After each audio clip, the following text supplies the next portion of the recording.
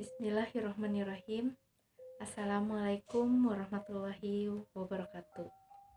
Sampurasun.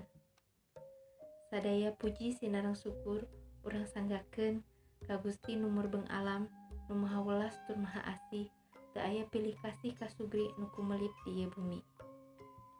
Sholawat miwah salam mugia angger ngakucor ngagolontor ka junjunan urang sadayana Nabi Muhammad sallallahu alaihi wasallam. Ka kulawargana, ka para sahabatna, tug dugi ka jalmi-jalmi anu tumut ka mantenna. Langkung ti payun, ibu ngahaturkeun nuhun ka sadaya siswa-siswi anu kersa ngaregepkeun ieu biantara. Hapunten bilih aya basa anu teu merenah larapna. Siswa-siswi anu ku ibu dipika cinta, aya sababaraha hal anu dibaris didugikeun nyata di antarana kahiji, ibu sejang ngawilujengkeun ka sadaya siswa-siswi kelas 8 anu parantos ngarengsekkeun pembelajaran tug dugikeun ka tiasa naik ka kelas 8. Anapun pembelajaran semester 2 aya dina kaayaan COVID-19. Mugia hasil anu katampi tiasa nyugemakeun.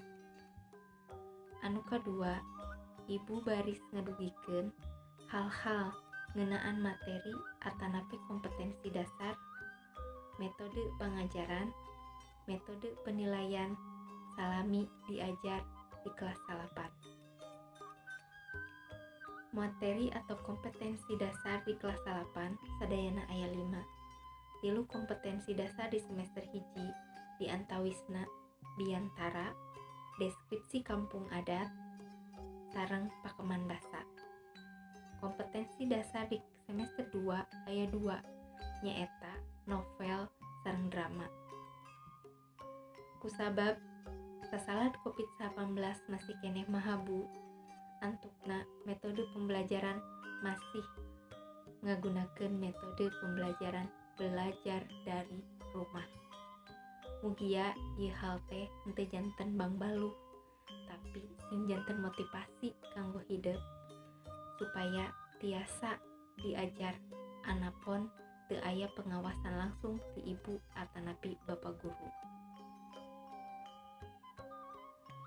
Ku pembelajaran belajar di rumah antukna metode penilaian tiasa ditinggal tina keaktifan siswa-siswi salami ngiringan pembelajaran dari rumah.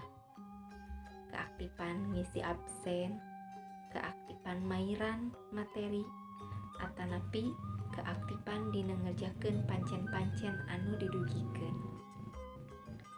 Siswa-siswi anu henteu ngesian absen dianggap henteu ngiringan pembelajaran atanapi alpa.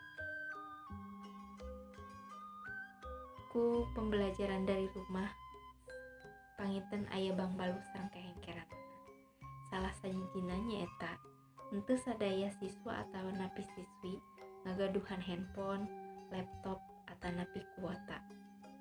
Ku kituna ibu nyungkeun ayana kerjasama positif antawis siswa sareng siswi anu sejenna.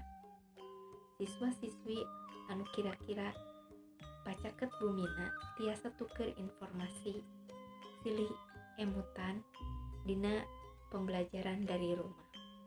Ulah numugikeun ka aya siswa atanapi siswi anu henteu ngiringan pembelajaran pisan.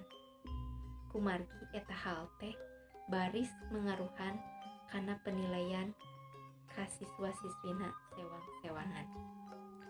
Siswa-siswi anu ku ibu dipika cinta, sakitu wae anu baris ku ibu didugikeun. Hapunten bilih aya kekecapan anu teu merenah kana manah, boh bilih aya luhur saur bahe care, bobo sapanon carang sapakan, hapunten anu dipeda. Ka kafe sareng mamah nginumna teh haneut. Anapun belajar dari rumah, urang kedah tetap semangat. Wassalamualaikum warahmatullahi wabarakatuh.